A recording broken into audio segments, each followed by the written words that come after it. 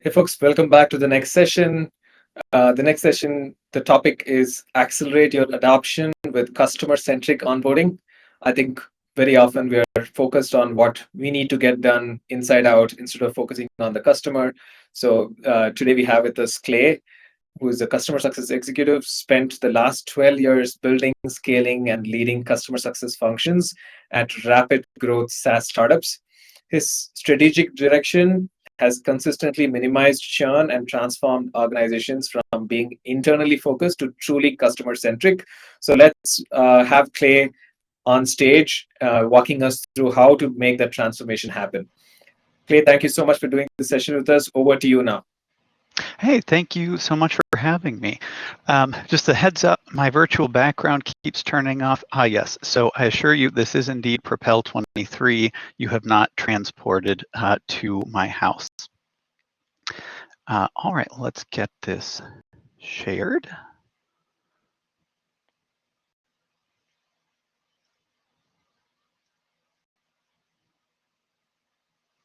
All right, so thank you so much for being here. As you just heard, today we're going to be talking about customer-centric onboarding. So to follow up on that wonderful introduction, I have indeed been building, scaling, and leading customer success functions at hypergrowth SaaS startups for the last 12 years, with 3 acquisitions and a CXPA award to show for it.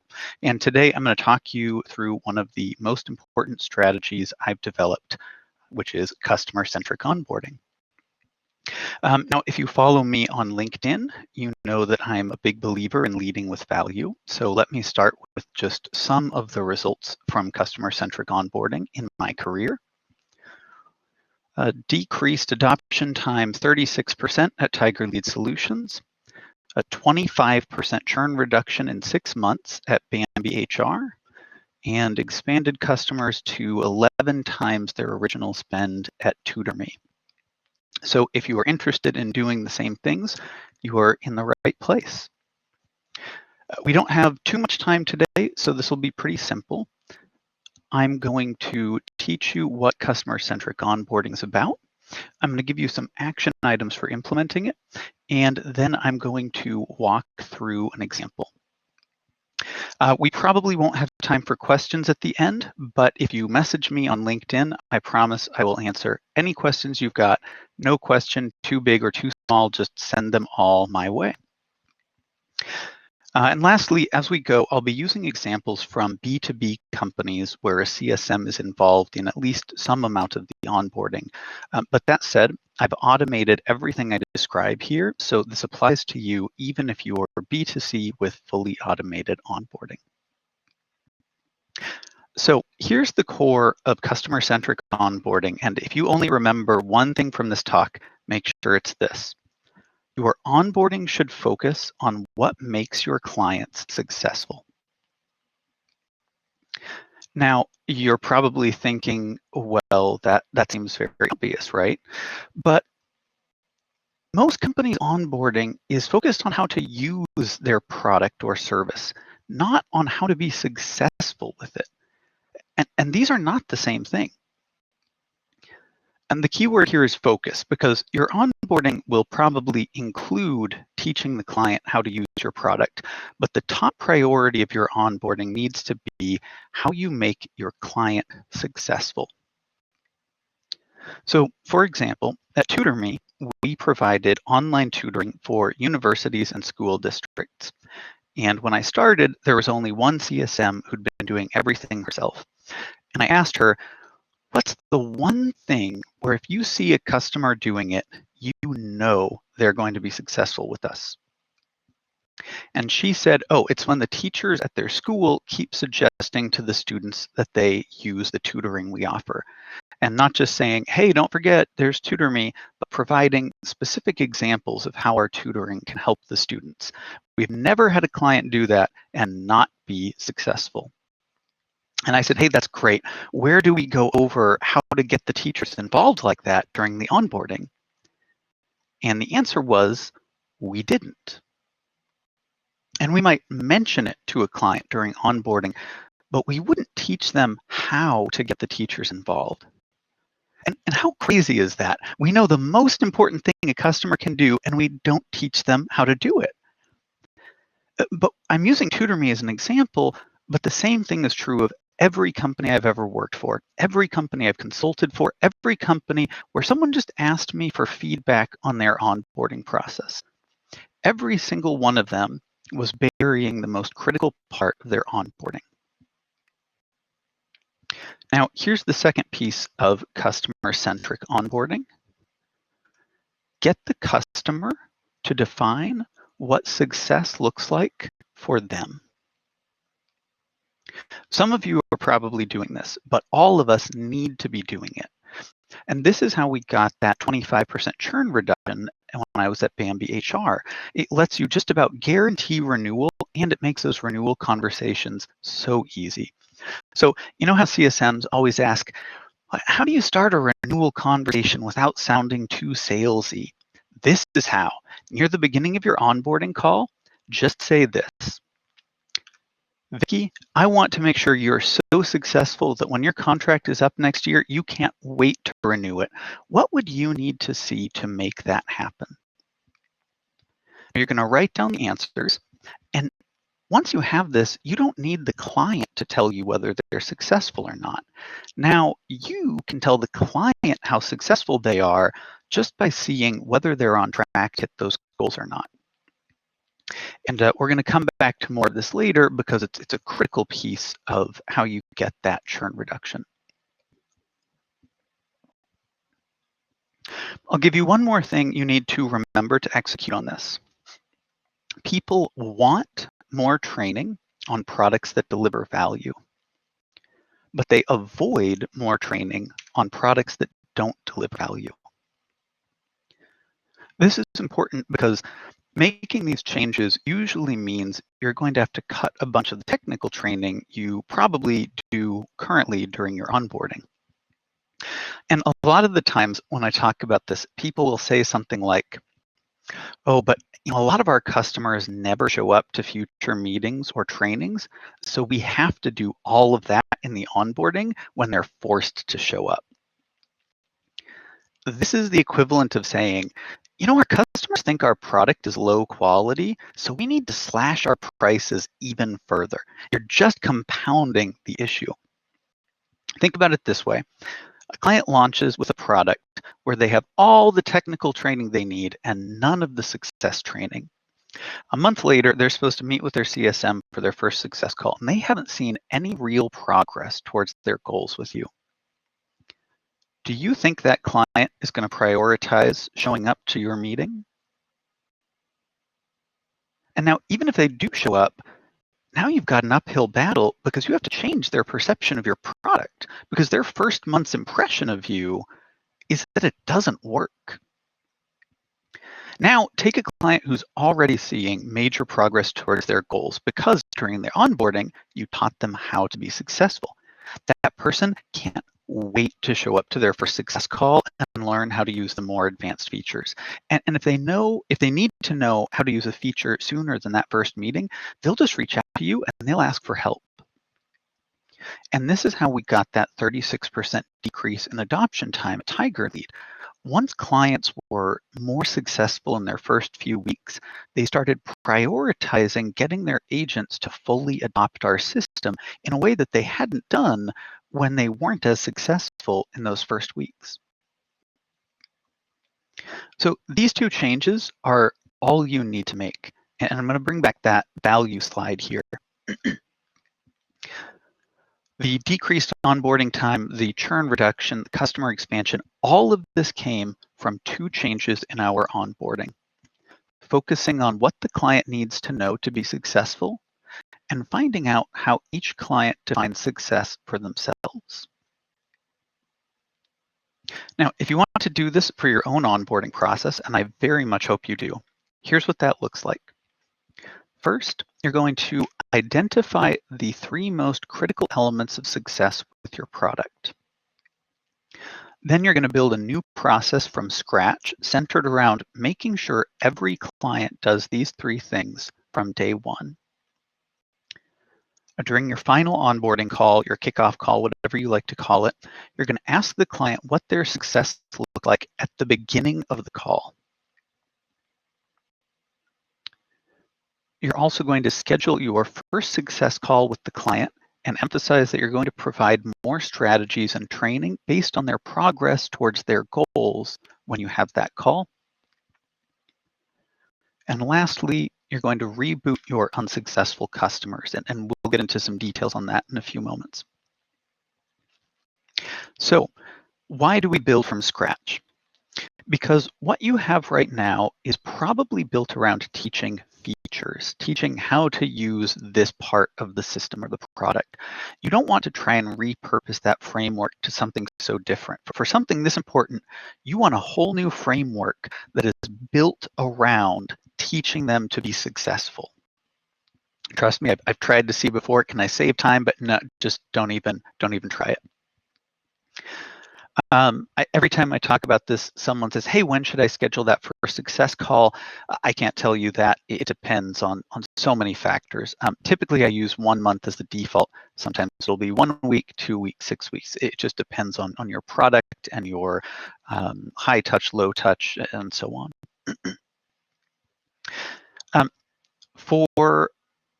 If you're not sure how to get to that question about how the client would define success, here's some scripting you can use to open your final onboarding call. Small talk, rapport, and you say, Vicky, today I'm going to make sure you've got everything you need for this to be a huge success. Before I get started, is there anything you wanted to discuss right away? Hopefully not, but if there is, you want to get that out of the way so they're fully focused on the next question.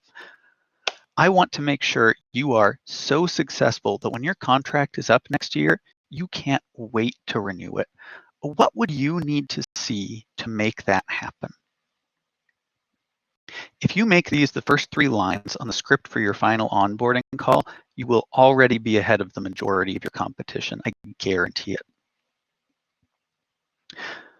So going back to number 5, rebooting your unsuccessful customers. Once you've got all of this in place, I want you to look at which customers aren't currently successful, and I want you to onboard them again. This is how we got those 11x expansions when I was at TutorMe. When I joined, we had a whole bunch of customers who were 6 months away from renewal who weren't seeing any success. I mean, some of them had barely even touched it. And all of these customers had signed up with just a portion of their full business so they could, try it out. But given the lack of success, we didn't expect to even renew any of them, much less expand them. So once I had our new onboarding in place, I reached out to all of them and said, hey, I'd like to meet to discuss how I can help you hit your goals. And some of them said no, because 6 months in, it's a long time to be coming back to try and change somebody's mind. So we lost those customers when their contracts were up, because a lot of times you only get the one chance. But most of them said yes. I ran them through our new onboarding process. We got them to start using these strategies for success. And 3 months later, every single one of them was so successful, they were proactively asking, hey, can we renew early so we can expand TutorMe to all the rest of our schools? That's why you reboot your unsuccessful customers, or depending on how many you have, might not be feasible to reboot all of them. In the case of TutorMe, we were rebooting everybody above a certain tier. Probably something similar is what you'll want to do. So I'm going to walk you through all of this using TigerLead as an example. So at TigerLead, we provided leads and a CRM to real estate agents, which at the time was an enormous change from the primarily inbound models that real estate had been built on for centuries before. So first, we looked over our most successful clients and our failed clients, and we studied how both groups were using the platform. We did a ton of interviews with clients from both groups to see what were they doing outside of the platform. And in the end, we identified the 3 most critical elements of success. Every lead needs 10 touches in their first 2 weeks. Someone needs to be holding the agents accountable for doing that. And some of these touches need to be via texting. If any of you are saying, oh my God, this is so basic, this was 2011, 2012. When I started telling people they had to text their leads, they threw a fit, right? This was very controversial in 2011. So we built our new customer-centric onboarding around ensuring that the clients do those three things. And my goal was, at the end of this onboarding, no matter what's happened, no matter what's gone wrong, how difficult the client might be, what we've screwed up, nobody goes live without knowing how to do these three things. That means not only do we hit these points multiple times, but also we provided sample cadences that outlined, hey, here's a cadence you can use to reach out to leads, when to do it, what channels to do it. We sent them flyers they could tape to everyone's desk. We didn't just say, do these three things and drop it. We made sure that they not only knew that they needed to do these three things, but they also knew how to do those three things and had a plan for doing it. Next, during the onboarding, we're going to ask them that question about what they need to see to be so successful they can't wait to renew. So let's say they tell us they'd be thrilled if we can deliver 10 multi-million-dollar leads per month, and they're showing homes to 15 of our leads. Agents are logging in 5 days a week. Great. Now, at the end of that kickoff call, we're going to schedule their first success call for 4 weeks out. And at this point, the client doesn't know how to use some of the advanced features we offer, like how to set up the more complex types of lead distribution. But that's okay, because no one was using that month anyway. And we realized afterward, it was actually a lot easier for the clients to learn to do that stuff after they'd had a month to use the platform and get familiar with it. All you got to do, add this into your call. Vicky, I'm going to show you how to do X, Y, and Z on that next success call. Most people don't need that stuff in the first month. If you do want to use any of it, just give me a call. We'll walk you through it right away. Boom, they're good. Now, regarding that first success call, I've mostly talked about onboarding today, but really this customer-centric approach goes on for the client's entire life cycle. So I'm going to touch briefly on how we carry this forward, because that's a big part of the churn reduction. Because when we get to that first success call, now I don't have to do that thing. You guys know the thing, right? We call and say, hey, Vicky, just checking in. Hope things are okay. How are you feeling? Boy, I hope she's feeling good. We don't have to do any of that. And instead, and I'll bring back those goals that the client gave us. Instead, I can say this. All right, Vicky, I looked over your performance to see how we're doing on those goals you set. Now, you got 14 multi-million-dollar leads in your first month, so we're doing great on that one. You've shown homes to 13 clients so far. That's a little under the goal, but it's normal for the first month when you're still ramping up. Not concerned about that.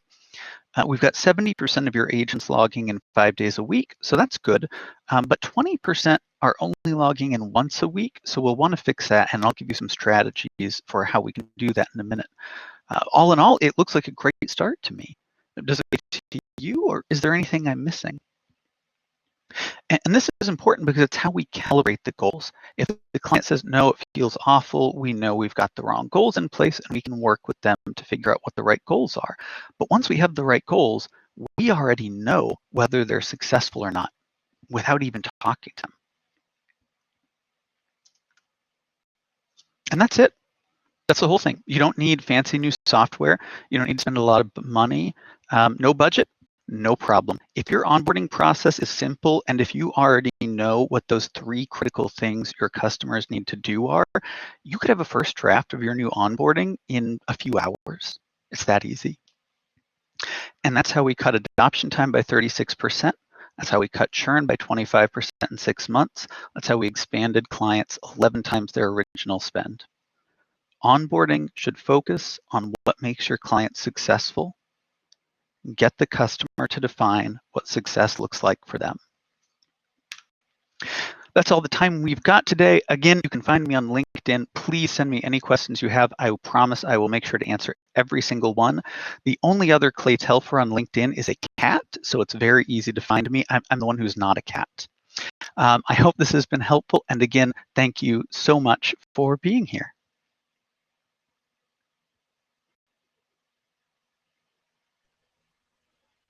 That was great and bang on time, Clay. So great talk, great insights. There are a few folks with questions, but yeah, they will connect with you on LinkedIn, or we'll make sure Yes, they please do. connect and get those answers. Awesome. Great. Thank you so much for the insightful presentation and helping us all think about what it means to be truly customer centric during onboarding instead of pushing our objectives on customers and trying to get our work done. Uh, yeah, great to have you do this with us. Thanks again, Clay. Thank you.